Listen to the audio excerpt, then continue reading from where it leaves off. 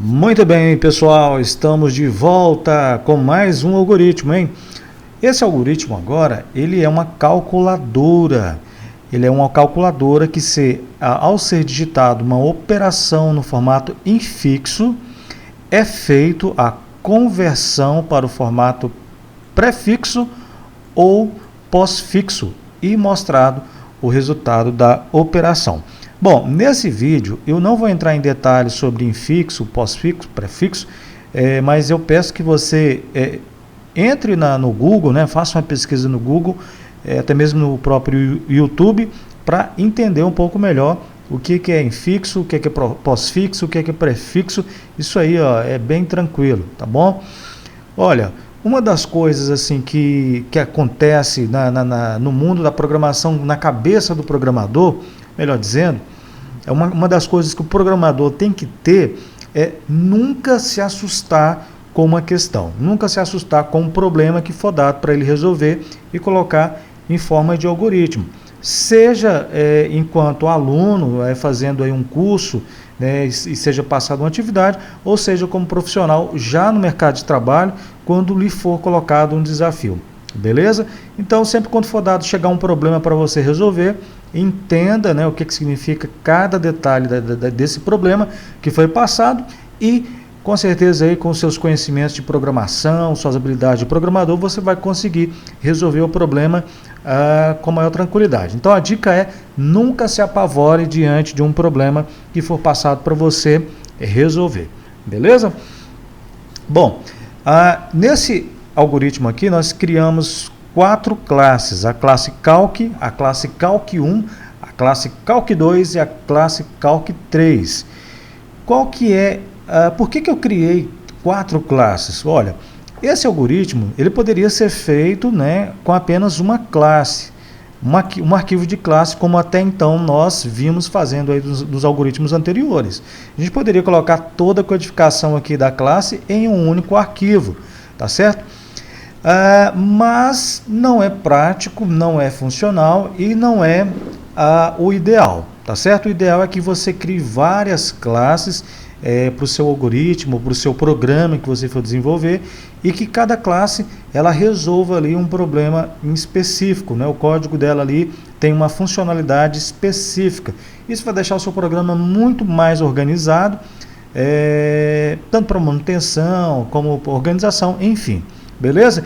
Na realidade, a gente poderia criar todo um programa, no caso aqui do Java, em um único arquivo, né? Mas isso não é a prática, não é a melhor prática. A gente sempre tem que trabalhar dentro da programação com as melhores práticas. Então, bora lá.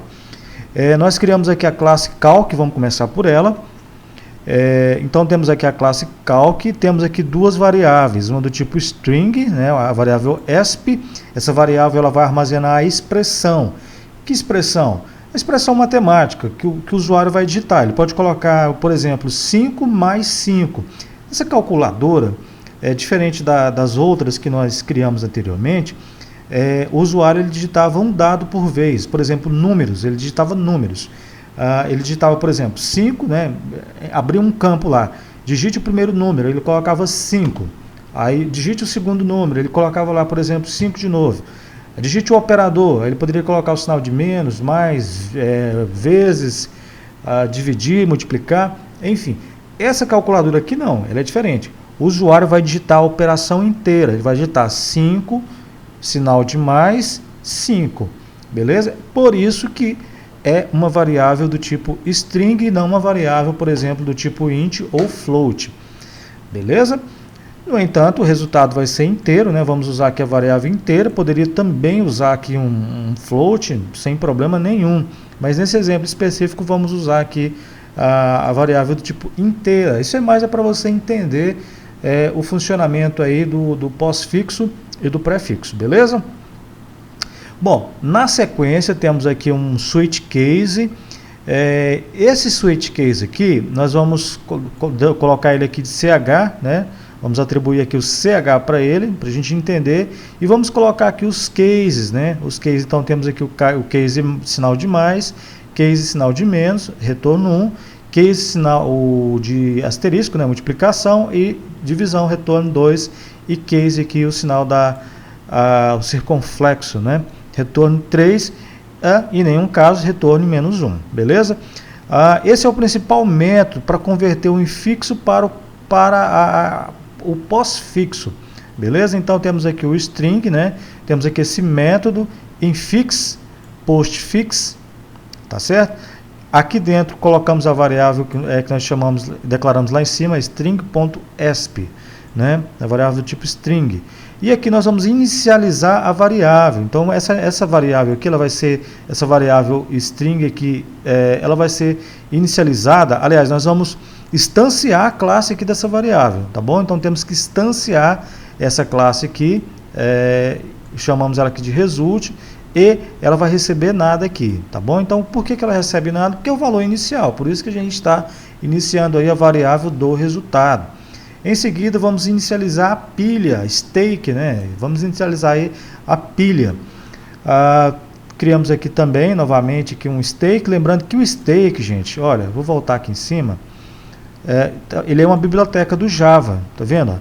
Então import.java-util.stake. Então essa é uma biblioteca de pilha do próprio Java que a gente vai usar para fazer o nosso algoritmo funcionar. Tranquilo? Bom, aqui eu crio um laço de repetição for, vou dizer que i recebe 0, vou dizer que i recebe esp.len, isso aqui é uma outra, faz parte da biblioteca do Java também, tá ok? E mais. Aqui uma variável do tipo char, né, variável c, e vou colocar aqui ela como i, beleza? Olha, se o caractere é o operador, então ele adiciona na saída. Então aqui a gente cria uma condição se para colocar, para dizer que se aquele caractere ele já for o operador, ele não for o número que vai ser calculado na expressão no final no cálculo matemático, então ele vai resultar em mais igual a C, beleza? Agora se o caractere ele for para empurrar a pilha, nós vamos colar aqui que ele vai iniciar aqui, ó, ele vai abrir o parênteses aqui, tá ok? Ele vai iniciar a pilha aqui com o stake, né, stake.push C, ele vai receber a variável C aqui dentro. E dando continuidade, se o caractere que for, aí tem a data da saída da pilha até que seja encontrado e ele vai fechar aqui a nossa pilha, fechando o parênteses, beleza, gente? Olha, isso aqui esse assunto de pilha é um dos assuntos assim um pouco mais complicados dentro da programação. Ele não é tão simples, pilha, filas, então esse é um assunto aí que requer muita atenção, muito estudo, mas eu garanto para você que se você entender esse princípio aí, tanto de pilha como de filas na programação, você já vai estar bem à frente, bem adiantado aí, no sentido de se tornar um bom programador e de resolver problemas, transformar problemas em algoritmos. Na sequência temos uma condição while, temos aqui a pilha stake novamente, dizemos aqui que enquanto stake estiver vazia, e stake pick, outra coisa também, gente, a questão do inglês, né? A gente tem que ter um pouquinho de inglês técnico aí, você não precisa falar fluente inglês aí para ser um bom programador, mas você tem que ter o inglês técnico. For diferente, né? Esse símbolo aqui em Java é diferente, ele fala diferente de quem? Então, diferente aqui do parênteses abrindo. Aí ele vai resultar stake pop. Tem aqui, se stake estiver vazio e stake pick, né? For diferente do parênteses abrindo, ele vai retornar expressão inválida. No caso contrário, ele vai aqui então colocar o stake pop, beleza? E o else aqui geral aqui do primeiro if, né? Ele tem aqui um operador encontrado. Então, quando o operador foi encontrado, né, o usuário digitar a expressão da forma correta, a gente tem aí, né, o stake, quando o stake estiver vazio, a pilha estiver vazia, isso aqui é diferente, tá bom? Então, tem que estar atento a essa condição aqui de diferente, e a variável C for menor que stake pick, né, a variável pré com o stake pick, então ele vai retornar aí expressão inválida. E o resultado vai ser stake pop, beleza? pop em todos os operadores da pilha. Aqui nós temos uma outra condição, né? Então, enquanto stake, a pilha estiver vazia, traduzindo para o português, se stake pick for igual ao parênteses aqui, ele retorna inválida expressão, result stake pop. Tranquilo? Bom, vamos para a classe 1, agora nós estamos aqui até então na classe Calc, agora vamos para a classe Calc 1. Nesta classe Calc 1, aonde nós vamos fazer aí o processo de conversão do pós-fixo para o prefixo. Então aqui eu tenho uma biblioteca Java, né, pos to pre, beleza? Isso aqui é do Java. Tenho aqui a minha stake, que no caso aqui eu digo que ela é uma string, s recebe new stake string. Aquele processo que a gente fez aqui na classe, né? Na classe calc, a gente está fazendo ele aqui, ó, veja bem, ó, infix to postfix, né? Infix to postfix, ou seja, de infixo para pós-fixo. E já na calc 1 nós temos aqui, ó, a stake, né? Temos aqui o contrário, post para pré, ou seja, postfix para pré-fixo. Então temos aqui o processo contrário na classe calc 1 e temos aqui na sequência os nossos códigos, né? Declaramos aqui a variável len, que é igual recebe post underline s.len, beleza? Agora ele vai fazer a leitura da direita para a esquerda.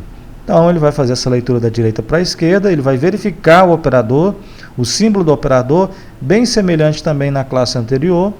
Aqui ele vai concatenar com os operandos e operadores, né? Então ele vai pegar essas variáveis aí, vai concatenar com os operadores e vai aqui empurrar a pilha, beleza? Se o símbolo é um operador, então ele vai fazer aí, vai deixar vazio, beleza?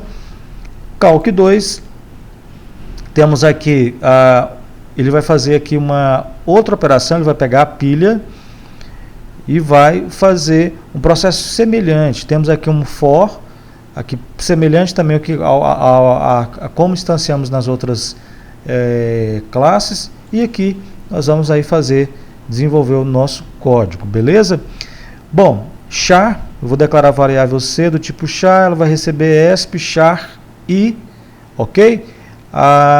E aqui uma condição, se o caractere digitalizado, na verdade está errado, é digitado, viu? Digitado, for um número, passe aqui, empurre-o para a pilha, beleza? Se o caractere for um operador, pop nos dois elementos da pilha aplicam-se a um operador. Caso contrário, aí ele invalida aqui, tem duas condições aqui, o valor 1 e o valor 2, e novamente um switch case, né, onde ele vai colocar as operações matemáticas aqui a serem realizadas. Soma, subtração, divisão e multiplicação. E aqui no nosso final a gente tem a nossa string esp.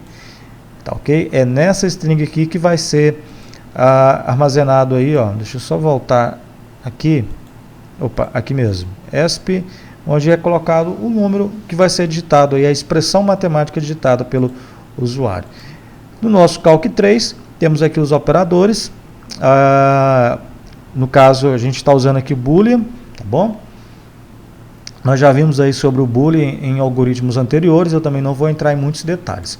Bom, gente, e aqui temos o nosso arquivo principal, nosso arquivo main, onde nós importamos algumas bibliotecas. Deixa eu tirar esse cara aqui, ele vai funcionar sem ele. Importamos aqui algumas bibliotecas do Java, beleza? A nossa classe aqui, e instanciamos as classes Calc 2 e Calc 3, beleza? Instanciamos as classes então. Benedito, por que não instanciou a classe Calc 1 e Calc 2? Porque na realidade essas classes foram usadas dentro das outras classes, tá bom? Então não necessariamente elas precisam estar instanciadas aqui no meu arquivo main, tá bom? Temos então a entrada de dados, que vai ser armazenada na variável esp, jOptionPane, então, onde o usuário vai digitar. Aqui temos um código que vai imprimir os dados inseridos, ou seja, o valor que foi armazenado nessa variável, ele vai ser simplesmente impresso aqui. Na sequência, ele vai imprimir no formato infixo, né? Ele vai pegar aqui do infixo para o pós-fixo, ele vai pegar esse valor e vai imprimir aí. Depois ele vai imprimir no formato, está errado aqui, ó, no formato prefixo, ok? Deixa eu salvar aqui, ele vai imprimir no formato prefixo e somente depois de imprimir o valor que o usuário digitou, o valor no formato pós-fixo e o valor no formato prefixo, é que ele vai imprimir aí a soma dessa operação, beleza? Bom, é uma calculadora diferente das outras aí que nós estamos acostumados a ver, mas ela funciona e funciona bem, tá bom? Dependendo da situação, dependendo do programa que você for usar, dependendo da aplicação, essa questão aí do infixo, do pós-fixo, do prefixo, ele vai ser bastante importante para você. Vamos fazer o teste aqui então, ó. 5 mais 5. Veja que nessa calculadora eu já digito a expressão inteira, a expressão matemática inteira. Dá Enter, então ele coloca aqui. Primeiro ele vai imprimir o valor que foi digitado pelo usuário, depois ele vai colocar aqui no formato pós-fixo, depois no formato prefixo e depois ele vai dar o resultado da operação. Legal, né? Então, ao invés de eu digitar aí 3 dados, por exemplo, o número, depois o operador, depois o outro número novamente, eu já posso digitar a expressão inteira que ele já vai me dar o resultado. Tá bom? Então, vou colocar aqui 5 vezes 5. Ok. E, olha só, me deu aqui o valor inserido, me deu aqui o valor pós-fixo, o valor prefixo e o valor da operação 5 vezes 5 é igual a 25. Bom, gente, eu espero que vocês tenham gostado desse vídeo, tá? Realmente esse assunto, ele é um assunto assim que tem muito mais detalhes. Eu espero num próximo vídeo, numa próxima oportunidade, tá explicando mais detalhes aí sobre a questão do pós-fixo, do prefixo também. Mais uma coisa eu te falo, começa já a estudar o princípio de pilha e também o princípio aí de fila dentro da programação. Espero que você tenha gostado desse vídeo e até a próxima.